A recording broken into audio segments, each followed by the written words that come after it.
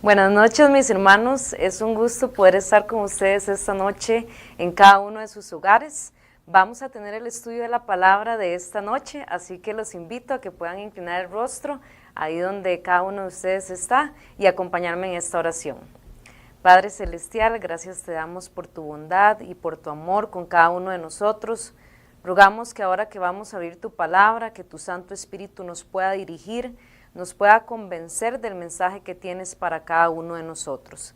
Quédese acá en medio de nosotros, en el nombre de Jesús. Amén. Como lo mencionaron anteriormente, el título del estudio de esta noche es El hombre de Romanos 7. ¿A quién se refiere? Eso es lo que vamos a estudiar hoy, porque muchas veces hemos hablado de él y quizás tergiversamos un poco el significado del hombre de Romanos 7. Hace muchísimos años hubo un hombre que se encontró una Biblia que estaba encadenada y empezó a leerla, empezó a estudiarla y encontró que necesitaba perdón, que necesitaba paz en su vida. Así que para encontrar ese perdón, para encontrar esa paz en su vida, empezó a hacerse castigos corporales, hacía grandes vigilias, hacía grandes ayunas con tal de ganar ese perdón. De hecho, llegó a decir alguna vez que si algún fraile hubiera podido entrar en el cielo por sus obras, no hubiera duda de que él hubiera entrado. Sin embargo, todas estas aflicciones que él se causaba a su cuerpo le fueron empeorando su salud a tal punto que sufría desmayos y tenía muchas enfermedades a causa de todas estas vigilias, ayunos que realizaba. Y a pesar de todo esto que él realizaba con tal de encontrar ese perdón y esa paz que anhelaba, no hallaba alivio, pareciera que no encontraba esa paz. Este mismo hombre una vez escuchó que el Papa estaba dando una indulgencia para todos aquellos que caminaran de rodillas en las gradas de Pilato. Se creía que esas gradas de Pilato eran las mismas gradas que Jesús había recorrido cuando fue llevado al tribunal y que de alguna manera milagrosa habían sido llevadas desde Jerusalén hasta Roma. Entonces este hombre empezó de rodillas a caminar las escaleras. Mientras las caminaba, recordó un versículo que había leído en aquella Biblia que estaba encadenada, y era el versículo de Romanos 1:17, que dice justamente que el justo vivirá por la fe. Este hombre se levantó aterrorizado y ese versículo cambió su vida para siempre.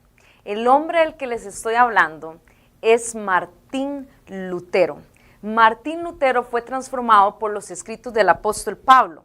Y el apóstol Pablo es uno de los grandes expositores que nosotros tenemos en la Biblia acerca de la salvación del hombre. Cada una de sus epístolas toma un tema central acerca de la salvación del hombre. Pero podríamos decir que la epístola con mayor información acerca de la salvación del hombre es precisamente Romanos. Si nosotros nos vamos atrás en el tiempo, Romanos era una iglesia muy diversa. Era una iglesia que estaba compuesta por los cristianos judíos y los cristianos gentiles. Y había una tensión en este grupo porque los cristianos judíos exalzaban la ley, exalzaban la tradición, exalzaban todos los rituales que habían seguido por muchísimos años, mientras los gentiles pues no llevaban ese curso de tradiciones y de rituales. Entonces Pablo tenía que hablarle a una iglesia donde había una tensión, donde había una división, porque los cristianos judíos precisamente exalzaban todo esto. Sin embargo, Pablo, quien considero que fue una persona muy inteligente y muy astuta a la hora de poder presentar el mensaje a estas personas, les escribió la carta a los romanos. La carta a los romanos está básicamente dividida en dos grandes partes. La primera es la salvación y la segunda son todos los deberes cristianos que debemos tener una vez que hemos sido redimidos. Si nosotros leemos los capítulos del 1 al 2 de Romanos, vamos a encontrar la justicia de Dios y la justicia del hombre. Si leemos los capítulos del 3 al 5, vamos a encontrar cómo el hombre es culpable porque pecó, pero cómo la justicia de Cristo le redime. Luego, en los capítulos de Romanos 6 al 8, Pablo hace un énfasis en la salvación del hombre. Y eso es lo que hoy vamos a estudiar, los capítulos del 6 al 8, y ahí está el hombre de Romanos 7. Y después de estos capítulos, todos los que siguen hasta el final, pues hablan precisamente de los deberes que tenemos nosotros como cristianos en nuestra vida. Ahora vamos a enfocarnos en Romanos 6 al 8. Romanos 6 al 8 hablan de la salvación del hombre. Y pareciera ser que Romanos 6 y Romanos 8 llevan una misma línea y que luego Romanos 7 se interrumpe. Pero en realidad nosotros vamos a estudiar acá esta noche que Romanos 6 al 8 siguen la misma línea de pensamiento. Y vamos a ver que Pablo, tanto en Romanos 6 como en Romanos 8, hace una clara diferencia entre la vida de una persona que ha sido salva y una persona que no ha sido salva. Así que quiero que me acompañen esta noche a nuestras Biblias y vamos a iniciar nuestro estudio en Romanos capítulo 6, el verso 10 y 11. Romanos capítulo 6, verso 10 y 11. Leo desde acá, dice así: pues Cristo al morir murió de una vez para siempre respecto al pecado, pero al vivir vive para Dios. Así también ustedes considérense muertos respecto al pecado, pero vivos para Dios en unión con Cristo Jesús. Pablo es claro en definir que la vida de un cristiano, la vida de alguien que ha sido redimido, es precisamente eso. Pasamos de la muerte a la vida. Cuando nosotros pasamos por el ritual de bautismo, simboliza eso, que hemos pasado de muerte a vida. Así que hay una clara diferencia entre una persona redimida y una persona que no. Una persona que ha sido redimida tiene vida eterna. La persona que no ha sido redimida tiene muerte eterna. Ahora vamos a ir a otra que lo encontramos en Romanos 6:19. Romanos 6:19. Está ahí mismo, en el mismo capítulo, y dice así: de modo que así como antes entregaron su cuerpo al servicio de la impureza y la maldad para hacer lo malo, entreguen también ahora su cuerpo al servicio de la justicia, con el fin de llevar una vida santa. En este caso, nosotros vemos que una persona redimida es una persona que ha sido revestida de justicia, diferente a una persona que no ha sido redimida, que está revestida de pecado. Así que veamos que Pablo trabajaba con dos conceptos para especificar cómo es una persona redimida y cómo es una persona que no ha sido salva. En este caso llevamos dos: vida para la persona redimida, muerte para la persona que no ha sido salva, justicia para la persona que ha sido salva y pecado para la persona que todavía no ha sido salva. Luego encontramos otra referencia en Romanos 6:22. Romanos 6:22 dice así: pero ahora, libres de la esclavitud del pecado, han entrado al servicio de Dios. Esto, si les es provechoso, pues el resultado es la vida santa y finalmente la vida eterna. Una persona que ha sido salva es una persona libre, no es una persona esclava de nada, es una persona libre, diferente a una persona que no es redimida, sigue siendo esclava del pecado. Vamos a ir a nuestra última referencia de redimido o no redimido. Vamos a encontrarla en Romanos 8. Recuerden que Romanos 6 al 8 son todos los capítulos en que Pablo hace un énfasis precisamente en la salvación del hombre. Romanos capítulo 8, vamos a leer ahí del verso 2 al 4. Romanos 8 del 2 al 4. Y dice así: porque la ley del Espíritu que da vida en Cristo Jesús te liberó de la ley del pecado y de la muerte. Porque Dios ha hecho lo que la ley de Moisés no pudo hacer, pues no era capaz de hacerlo debido a la debilidad humana. Dios envió a su propio Hijo en condición débil como la del hombre pecador y como sacrificio por el pecado, para que de esta manera condenara al pecado en esa misma condición débil. Lo hizo para que nosotros podamos cumplir con las justas exigencias de la ley, pues ya no vivimos según las inclinaciones de la naturaleza débil, sino según el Espíritu. Así que para Pablo, una persona que ya ha sido salva, que ha sido transformada por Cristo, es una persona que vive su vida a través de la ley del Espíritu y no de la ley de la carne. Ahora usted me dirá, ¿por qué estamos viendo todo esto y no nos hemos enfocado en el hombre de Romanos 7? Bueno, precisamente porque es importante para nosotros identificar quién es el hombre de Romanos 7, que tengamos claro qué identifica a una persona que ya ha sido transformada por Cristo. Y voy a volver a repetirlo. Una persona, según Romanos 6 y según Romanos 8, una persona que ha sido salva es una persona que vive, que tiene vida eterna.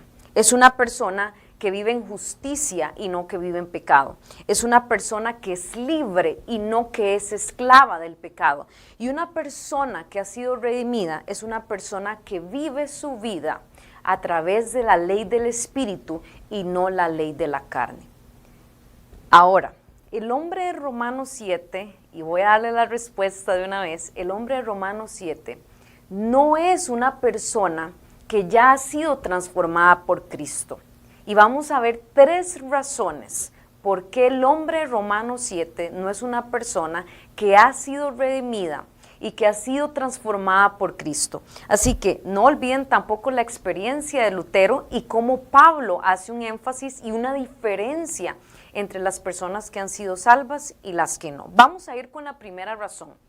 El hombre de Romanos 7 es una persona que está vendida al pecado. Acabamos de leer en Romanos 6 que una persona salva es una persona libre. Pero el hombre de Romanos 7 está vendido al pecado. Lean conmigo Romanos 7 y vamos a leer del verso 15. Dice así del verso 15 y vamos a leer hasta el 21. Dice, no entiendo el resultado de mis acciones, pues no hago lo que quiero y en cambio aquello que odio es precisamente lo que hago. Pero si lo que hago es lo que no quiero hacer, reconozco con ello que la ley es buena. Así que ya no soy yo quien lo hace, sino el pecado que está en mí. Porque yo sé que en mí, es decir, en mi naturaleza débil no reside el bien, pues aunque tengo el deseo de hacerlo, no soy capaz de hacerlo. No hago lo bueno que quiero hacer, sino lo malo que no quiero hacer. Ahora bien, si hago lo que no quiero hacer, ya no soy yo quien lo hace, sino el pecado que está en mí. Me doy cuenta de que aún queriendo hacer el bien, solamente encuentro el mal a mi alcance. Ustedes saben que en estos versículos que nosotros leímos, la palabra querer aparece 7 veces. 7 veces, lo que demuestra que esta persona tiene una intención nada más, pero no está actuando, no está tomando una decisión, solo actúa. Y de paso, algo interesante que nosotros encontramos aquí es que la frase vendido al pecado es una frase que también aparece en el Antiguo Testamento y es una frase que se designa no para una tentación, no para una lucha, no para una prueba, sino una persona que deliberadamente se ha entregado a la apostasía, se ha entregado al pecado y se ha alejado de la presencia de Dios. Si nosotros vamos a ir a Romanos capítulo 2, recuerden a quién le está hablando Pablo. Pablo le está hablando a un grupo que ensalzaba la ley, a este grupo de judíos. Vamos a ir a Romanos capítulo 2 y vamos a leer ahí el verso 17. Y vean qué interesante porque en estos versículos casi que se está describiendo otra vez el hombre de Romanos 7. Romanos capítulo 2. Y vamos a leer ahí del 17 en adelante. Dice, tú te llamas judío, confías en la ley y estás orgulloso de tu Dios. Conoces su voluntad y la ley te enseña a escoger lo mejor. Estás convencido de que puedes guiar a los ciegos y alumbrar a los que andan en oscuridad, de que puedes instruir a los ignorantes y orientar a los sencillos, ya que en la ley tienen la regla del conocimiento y de la verdad. Y vean las preguntas que les hace Pablo. Pues bien, si enseñas a otros, ¿por qué no te enseñas a ti mismo? Si predicas que no se debe robar, ¿por qué robas? Si dices que no se debe cometer adulterio, ¿por qué lo cometes? Si odias a los ídolos, ¿por qué robas las riquezas del templo? Te glorías de la ley, pero deshonras a Dios porque la desobedeces. Con razón, dice la Escritura, los paganos ofenden a Dios por culpa de ustedes. Y eso era algo que pasaba en los judíos. De boca decían, yo quiero hacer esto, yo quiero hacer lo otro, yo sé esto, sé lo otro, pero no lo hacían. Y este hombre, Romanos 7, está vendido al pecado. Por eso no representa una persona que ha sido redimida por Cristo. Vamos a ir a nuestra segunda razón, y es que es una persona que vive en la carne. Tanto Pablo como Lutero reconocieron que ser carnal y vivir en la carne son dos cosas diferentes. No es lo mismo, porque mi naturaleza es carnal.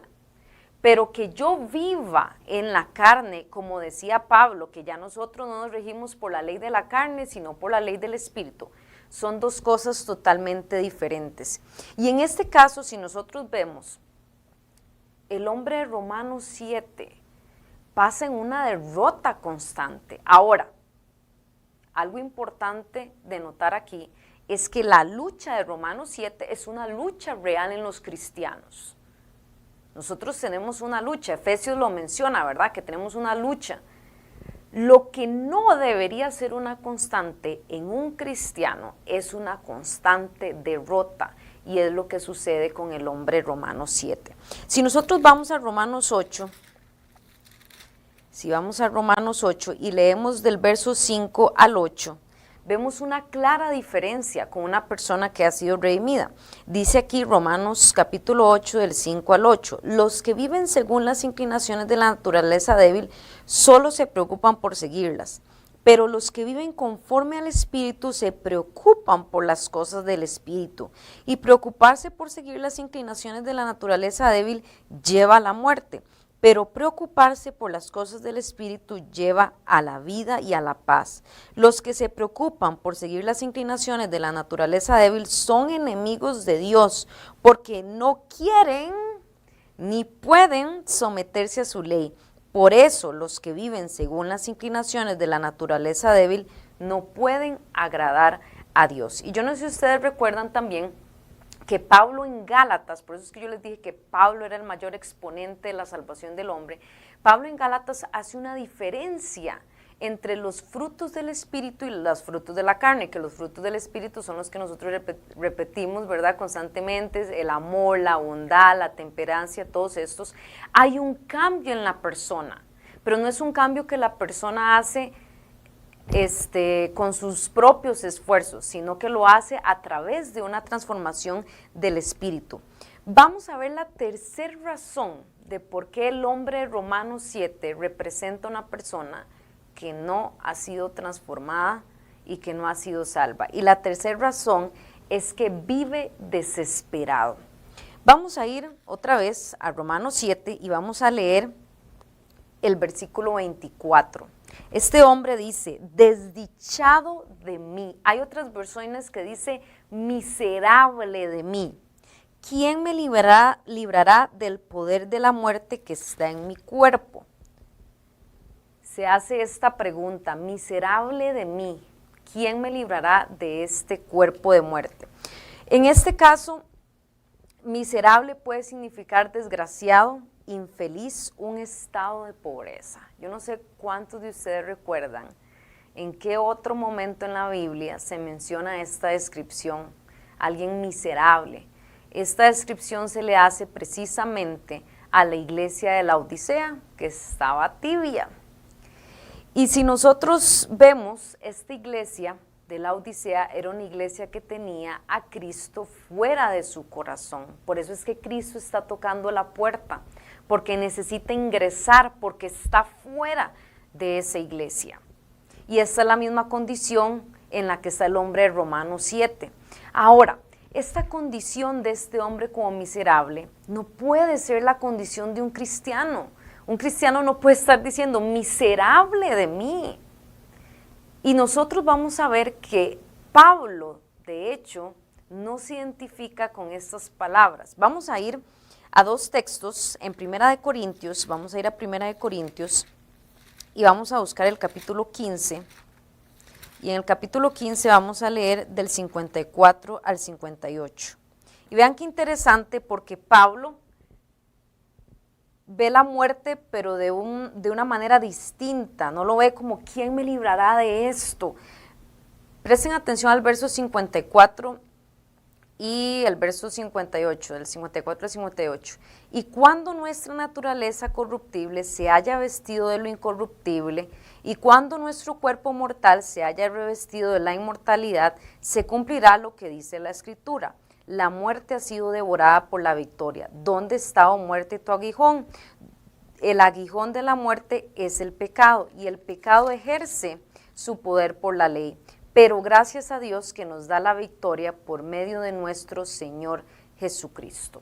Así que para Pablo, aunque sabemos que nuestro cuerpo es un cuerpo que eventualmente nos va a llevar a la muerte, pues aquí nosotros vemos que Pablo le da un enfoque diferente. Recuerden que Pablo en Romanos 7 pues está ejemplificando una situación de las personas antes de haber sido redimidos, antes de haber sido salvos por Cristo. Vamos a ir a otro texto, ahí mismo vamos a avanzar en 2 de Corintios, el capítulo 4, y vamos a leer del verso 7. Vea qué interesante, porque el cristiano no tiene que ser una persona que viva una vida miserable, y Pablo lo explica aquí muy claro en el verso 7 al 10 de 2 de Corintios. Dice, vamos a leer desde el 8, así, aunque llenos de problemas, no estamos sin salida.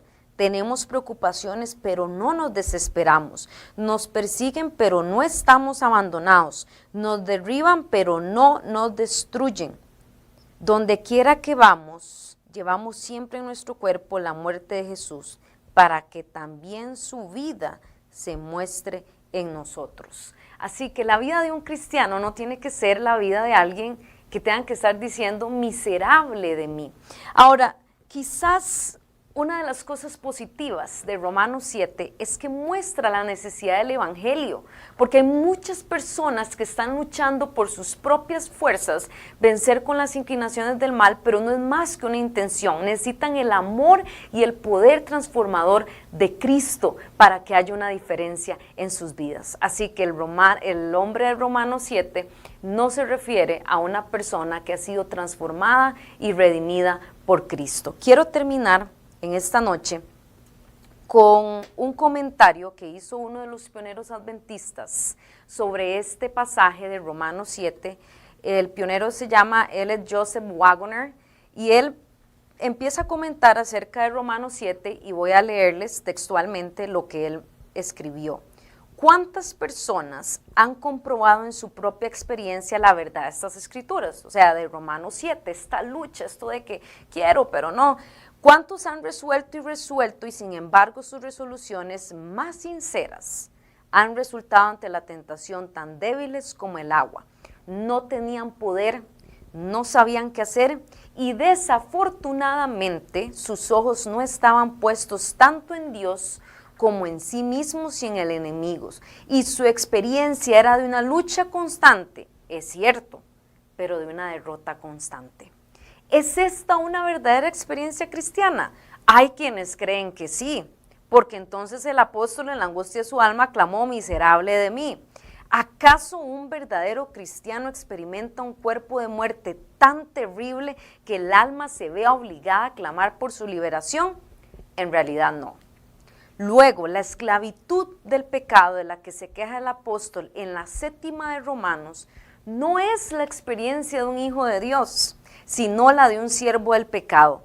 Para liberar a los hombres de este cautiverio vino Cristo, no para librarnos de esta vida, de guerras y luchas, sino de la derrota. Por eso era que anteriormente yo les mencionaba que Romanos 7 sí es un ejemplo de la lucha que podemos tener, pero la derrota no debe ser la constante en la vida de un cristiano. Por eso es que Cristo vino para capacitarnos para ser fuerte en el Señor, en el poder de su fuerza, para que pudiéramos dar gracias al Padre, que nos ha librado del poder de las tinieblas y nos ha trasladado al reino de su amado Hijo, por cuya sangre tenemos redención. Ahora, yo no sé, mis hermanos, si usted quizás se ha identificado en algún momento con el hombre de Romanos 7, que no está mal. Representa la lucha que tenemos como naturaleza caída, pero no nos podemos identificar con la constante derrota que tiene este hombre. Porque gracias al poder de Cristo, usted y yo podemos ser más que vencedores, dice la Biblia. Así que si hasta el día de hoy usted dice, bueno, quizás yo en algún momento me he identificado mucho con el hombre de Romanos 7, necesitamos cambiar ese pensamiento, decir, bueno, el hombre de Romanos 7 no me representa más, porque como el mismo Pablo lo dijo, yo todo lo puedo en Cristo que me fortalece.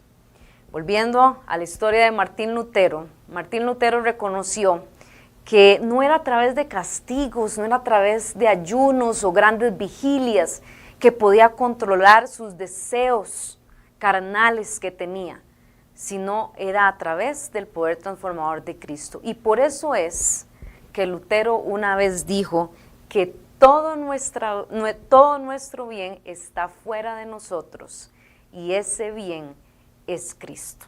Así que mis hermanos, es mi deseo y oración que usted pueda experimentar el gozo de una vida cristiana en que podrán haber luchas, pero van a ser las victorias las que van a predominar en nuestra vida.